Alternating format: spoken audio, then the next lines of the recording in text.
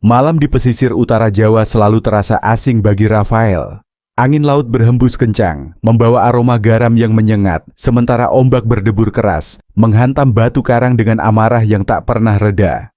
Di kejauhan, samar-samar cahaya bulan memantulkan bayangan sosok-sosok yang berkumpul di tepian pantai yang sepi. Dari balik semak-semak, Rafael mengamati dengan cermat. Kartono, yang berjongkok di sampingnya, menyipitkan mata. "Ini pertemuan yang tidak biasa," bisiknya pelan. Di tengah lingkaran orang-orang yang mengenakan pakaian sederhana ala pribumi, seorang pria berdiri dengan postur berbeda. Rapih, berjaket panjang dengan emblem kecil yang berkilat tertimpa cahaya obor. Rafael mengenali pria itu, Letnan Willem van Rooyen, seorang pejabat VOC yang dikenal setia terhadap pemerintahan kolonial. Namun, mengapa ia berada di sini, di tengah kelompok yang jelas bukan bagian dari pasukan VOC? Rafael menajamkan pendengarannya. "Kami butuh lebih banyak senjata," suara salah satu pria pribumi terdengar jelas. "Jika VOC terus menekan, kami tidak akan punya pilihan selain melawan habis-habisan." Van Rooyen menatapnya dingin. "Senjata bukanlah masalah utama," katanya. "Jika kalian ingin menang, kalian harus memiliki strategi." Rafael menahan napas. Ini bukan sekadar transaksi biasa. Ini adalah negosiasi, strategi, sebuah rencana yang lebih besar. Kartono menoleh, matanya penuh kecemasan. Jika pejabat VOC bekerja sama dengan kelompok perlawanan, maka ini berarti ada pengkhianatan dari dalam. Rafael tetap diam, tetapi pikirannya bergerak cepat. Apakah ini berarti ada faksi di dalam VOC yang ingin menjatuhkan pemerintahan resmi? Atau ini hanya permainan politik tingkat tinggi?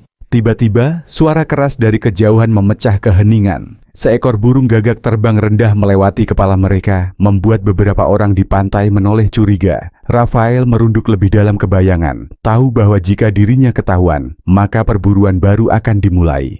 Keraton itu berdiri megah di bawah cahaya bulan. Rafael melangkah hati-hati melewati lorong panjang yang dipenuhi ukiran rumit, melewati prajurit-prajurit berjaga dengan tombak di tangan. Ia dan Kartono telah mendapatkan izin untuk masuk, tetapi mereka tahu bahwa setiap langkah di sini bisa menjadi jebakan jika mereka salah bicara atau bertindak gegabah. Di dalam aula utama, duduk seorang pria dengan tatapan penuh perhitungan, Pangeran Dipanegara. Ia mengenakan jubah sutra dengan motif batik rumit. Tangan kanannya memegang kipas gading yang ia ketukkan perlahan ke lututnya. Matanya menatap Rafael dengan sorot tajam, seolah membaca isi pikirannya sebelum ia sempat berbicara. "Kau datang jauh-jauh dari Batavia." Suara Dipanegara terdengar tenang. "Hanya untuk menanyakan soal pertemuan di pesisir?" Rafael tidak langsung menjawab. Ia tahu, pertanyaan ini bukan sekadar basa-basi. Dipanegara tersenyum tipis.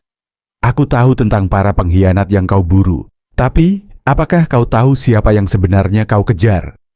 Kartono menatap Rafael sekilas. Suasana menjadi semakin tegang. Rafael menarik napas dalam. Jaringan mata-mata Inggris telah menyusup ke Batavia.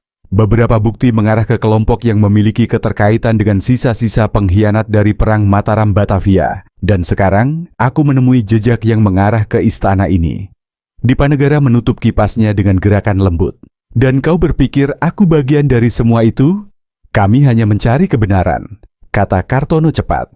Dipanegara menatap mereka sejenak sebelum tersenyum samar. "Ada banyak kepentingan yang bermain dalam perang ini, Rafael. Inggris bukan satu-satunya yang ingin menguasai Jawa. Bahkan, VOC sendiri terpecah. Sebagian ingin mempertahankan kekuasaan, sebagian justru ingin menjatuhkan sistem mereka sendiri." Rafael merasakan kepingan-kepingan teka-teki mulai terbentuk. Jika Dipanegara benar, maka ini bukan sekadar perburuan mata-mata biasa. Ini adalah konspirasi besar yang melibatkan kerajaan-kerajaan lokal, pengkhianat VOC, dan infiltrasi Inggris. Dipanegara berdiri, berjalan perlahan ke jendela yang menghadap taman istana. "Aku bisa memberimu petunjuk, tetapi kau harus siap dengan risikonya." Rafael dan Kartono saling bertukar pandang. Mereka sudah terlalu jauh untuk mundur.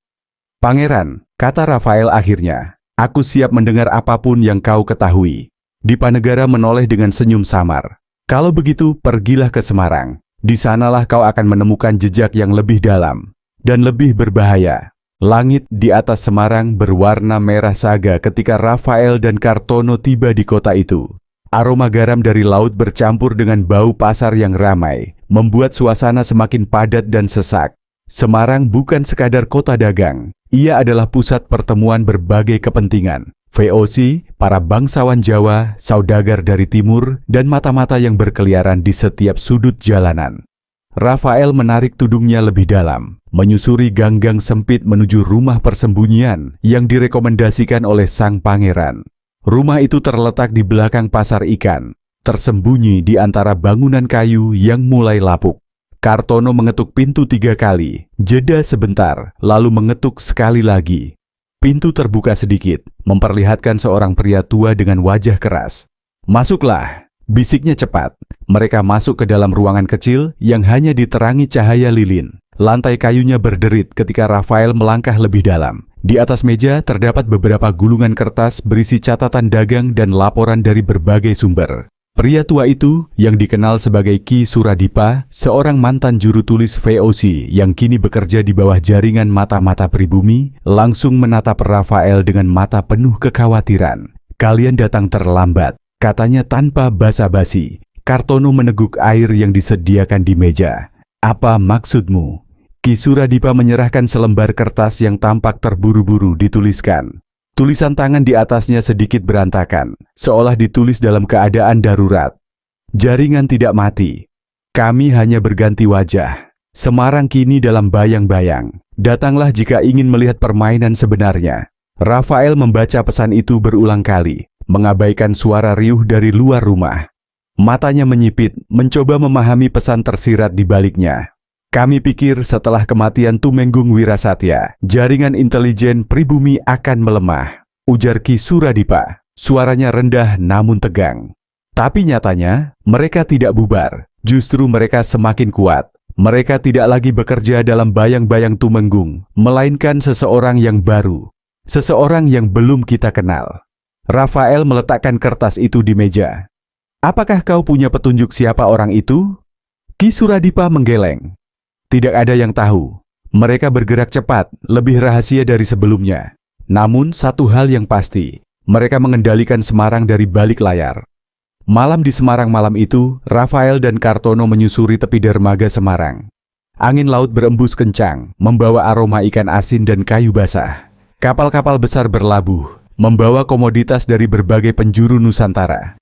Namun, bukan itu yang menarik perhatian mereka, melainkan sosok-sosok gelap yang berkeliaran di antara kapal dan gudang penyimpanan. Kartono berbisik, "Aku melihat beberapa orang yang mencurigakan. Mereka tidak seperti pekerja pelabuhan biasa." Rafael mengangguk, "Aku juga melihatnya. Mereka terlalu waspada, seolah tahu ada sesuatu yang harus dijaga." Mereka berjalan lebih dekat, bersembunyi di balik tumpukan peti kayu. Dari kejauhan, mereka melihat seorang pria berpakaian rapi, berbicara dengan beberapa pria bersenjata. Cahaya obor menyinari wajahnya sekilas, cukup bagi Rafael untuk mengenalinya. Kartono menahan napas. "Itu bukan pejabat VOC?" Rafael mengangguk. "Ya, dan dia seharusnya tidak berada di sini pada jam seperti ini." Pejabat itu, Cornelis van der Meer, seorang pengurus logistik VOC di Semarang, tampak serius berbicara dengan kelompok tersebut. Salah satu pria yang bersamanya mengenakan ikat kepala khas pasukan pemberontak Jawa. "Ini buruk," gumam Kartono. Rafael memperhatikan gerakan mereka dengan seksama. Seorang pria menyerahkan sebuah kotak kecil kepada Cornelis yang menerimanya dengan hati-hati. Ia membuka sedikit tutupnya dan sekilas cahaya bulan memperlihatkan isi di dalamnya, kilauan emas dan permata. Kartono mengepalkan tangan. Mereka bertransaksi, pejabat VOC bersekongkol dengan pemberontak. Rafael tetap diam, membiarkan pikirannya bekerja cepat. Kematian Tumenggung Wirasatya ternyata bukan akhir. Itu hanya permulaan dari permainan yang lebih besar. Tumenggung adalah kunci lama, tapi ada kunci baru yang sedang mereka bentuk di sini, bisik Rafael. Mereka harus bergerak cepat. Semarang kini bukan lagi hanya sekadar kota dagang. Ia adalah pusat dari jaringan baru yang lebih licik, lebih tertutup, dan lebih mematikan. Dan Rafael tahu, ia harus menemukan siapa dalang sebenarnya sebelum semuanya terlambat. Malam di Semarang terasa sunyi saat Rafael, Kartono, dan Ki Suradipa duduk mengitari sebuah meja kayu. Di atasnya terbuka sebuah peta tua dengan coretan tinta merah yang menandai benteng utama Belanda. "Ini bukan peta biasa," gumam Kartono. Ki Suradipa mengangguk. Ini rencana penyerbuan. Jika jatuh ke tangan pemberontak, Belanda bisa kehilangan kendali atas pesisir utara. Rafael mengamati detailnya. Peta ini terlalu rinci. Sepertinya dibuat untuk seseorang yang baru masuk ke dalam jaringan ini. Seorang pengkhianat di dalam VOC, tambah Ki Suradipa dengan suara berat. Rafael mengetuk peta dengan jarinya. Jika kita menemukan penerimanya, kita bisa menghentikan ini sebelum terlambat. Di luar, seorang mata-mata bersembunyi di balik bayangan, mengawasi mereka dalam langit pagi masih kelabu ketika berita itu menyebar di antara prajurit VOC. Kapten Willem Bosman, salah satu perwira kepercayaan Gubernur Jenderal, menghilang tanpa jejak. Rafael mendengar kabar itu saat bertemu dengan seorang informan di pasar gelap. Bosman terakhir terlihat di dekat distrik pelabuhan tadi malam, bisik sang informan. Katanya dia baru saja mendapatkan sesuatu yang sangat berharga. Kartono yang berdiri di samping Rafael mengusap dagunya. Mungkinkah ada hubungannya dengan peta itu? Rafael mengangguk. Kalau benar, maka dia bukan hanya hilang. Dia mungkin sudah mati atau sedang disembunyikan. Mereka segera menuju kantor VOC di Semarang. Tempat suasana tegang terasa jelas. Para prajurit berjaga lebih ketat, sementara beberapa perwira berbisik panik. Rafael berpura-pura membaca daftar pengiriman barang di papan pengumuman, tetapi telinganya menangkap percakapan penting. Bosman membawa dokumen rahasia sebelum menghilang, bisik seorang opsir kepada rekannya. Mungkin ada hubungannya dengan operasi di benteng utama. Rafael bertukar pandang dengan Kartono. Ini bukan sekadar penculikan biasa. Seseorang menginginkan informasi yang dibawa Bosman. Saat mereka keluar dari gedung VOC, seorang bocah pengantar pesan menghampiri mereka. Dengan suara gemetar, ia berbisik, "Tuan Rafael, seseorang meninggalkan ini untuk Anda." Bocah itu menyerahkan secarik kertas lusuh, bertuliskan satu kalimat singkat. "Jika kau ingin menemukan kapten, temui aku di reruntuhan gudang tua saat matahari terbenam." Rafael menggenggam kertas itu erat. Perburuan baru saja dimulai. Rafael dan Kartono tiba di Batavia setelah perjalanan panjang dari Semarang. Kota itu sibuk seperti biasa, tetapi ada sesuatu yang terasa berbeda. Para prajurit VOC tampak lebih waspada, patroli diperketat, dan bisik-bisik tentang pengkhianatan menyebar di antara pedagang dan serdadu. Mereka langsung menuju sebuah rumah persembunyian di tepi kanal, tempat seorang informan telah menunggu. Pria itu dikenal sebagai Surya, seorang mantan prajurit yang kini bekerja di bawah jaringan intelijen rahasia. "Dengar baik-baik," kata Surya dengan suara rendah. "Ada seseorang di dalam pasukan Daendels yang bukan sekadar prajurit. Mereka adalah mata-mata, orang bayangan yang bekerja untuk Inggris." Kartono melipat tangan di dada. Seberapa jauh mereka telah menyusup? Surya menghela napas.